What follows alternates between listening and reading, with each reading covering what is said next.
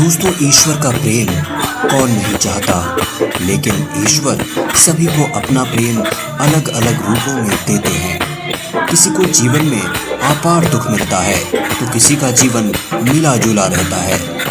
लेकिन एक आम मानव के साथ जब भी बुरा होता है तो वह एक बार अवश्य यह सोचता है कि पता नहीं उसे ईश्वर प्रेम करते हैं या नहीं। तो नमस्कार दोस्तों, मैं हूं विवेकानंद विमल और विमल वाणी पर भरोसा करने के लिए शुक्रिया।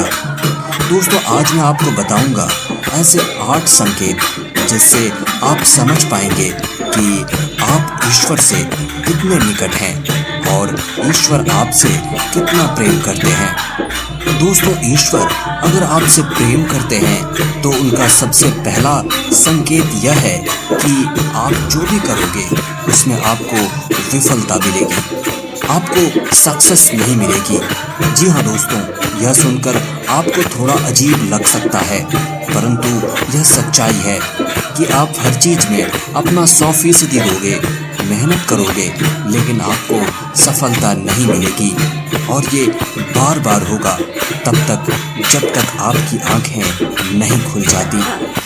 दोस्तों, दूसरा संकेत है कि आपका अपने ऊपर जो विश्वास है वह खत्म हो जाएगा। जी हाँ दोस्तों, जब ईश्वर आपके साथ होते हैं तो आपको बिल्कुल अकेला फील होता है। आप नहीं समझ पाओगे कि आपको आगे क्या करना चाहिए। आप खुद को एक ऐसी स्थिति में महसूस करोगे जहां आपकी कोई मदद नहीं कर सकता। आप किसी को अपनी परेशानी शेयर नहीं कर सकते। अगर बता भी दोगे किसी को तो उनके लिए यह बहुत छोटी बात होगी या वह इस पर ध्यान ही नहीं देंगे। दोस्तों, ईश्वर का तीसरा संकेत है आपके जीवन में दुख चरम सीमा पर होगा। हाँ दोस्तों, आपको लगेगा मानो कि इससे ज्यादा और क्या बुरा हो सकता है। आप दुख की चरम सीमा को महसूस कर लेंगे। दोस्तों, आपने महान संतों का जीवन देखा होगा। सभी अपने जीवन में बड़े से बड़े दुखों में गिरे और उनके अंदर वैराग्य आया और इस जीवन और भौतिक सुखों से आगे ईश्वर को जानने की उनके मन में प्यास जगी और अंत में उन्होंने ईश्वर का साक्षात्कार भी प्राप्त कर लिया। दोस्तों, इन दुखों से इंसान टूट तो जाता है, लेकिन इन्हीं दुखों से उसमें ईश्वर के प्रति प्रेम भी विकसित होता है।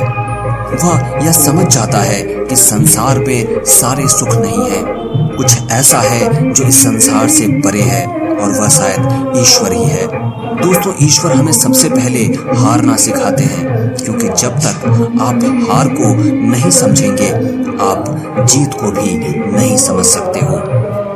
दोस्तों, चौथा जो संकेत है वह है जब आपकी सारी उम्मीदें टूट जाएंगी तब आपके भीतर एक इनर सर्च शुरू होगी, यानी एक अंदर की आपके भीतर की खोज शुरू होगी। इससे आप खुद को ही परखोगे, अपनी कमियों और खामियों की जड़ तक जाने का प्रयास करोगे। आपने जीवन में जो कुछ भी खो दिया है या जिसमें भी विफल हुए हो, आप उसका कारण ढूंढोगे, आप खुद से सवाल करोगे। दोस्तों, यही वो वक्त होता है जब आप खुद से अपनी अंदर आत्मा से जुड़ने लगते हो और आपके जीवन में एक नया बदलाव आता है। दोस्तों, 5वां संकेत है कि आपके जीवन में आपके कैरेक्टर या चरित्र में बदलाव होगा। दोस्तों, जब आप खुद से जुड़ने लगते हो तब आप खुद को और अपनी खामियों को समझने भी लगते हो। इससे आप खुद को बदलना और तराशना शुरू कर देते हो। आप पहले से अधिक शांत, स्थिर, चीजों को गहराई से देखने वाला बनने लगते हो। दोस्तों, जब भी हम ईश्वर की राह में जाते हैं तो वो सबसे पहले हमारे अंदर परिवर्तन लेकर आता है ताकि हम उसकी भाषा को समझ सकें। दोस्तों, जब तक हम ईश्वर के गुणों को नहीं समझ सकेंगे तब तक हम ईश्वर और उसके प्रेम को भी नहीं समझ सकेंगे।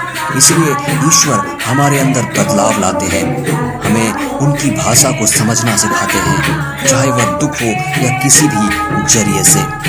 छठा संकेत है आप किसी भी चीज में हार जीत का अनुभव नहीं करेंगे। दोस्तों, यह वो वक्त होगा जब आप बदल चुके हैं, आपके अंदर बदलाव आ रहा है। अब आपका नजरिया जीवन के प्रति बदलता जाएगा, जिससे बाहर घट रही घटनाओं का असर भी आपके ऊपर बहुत कम होगा।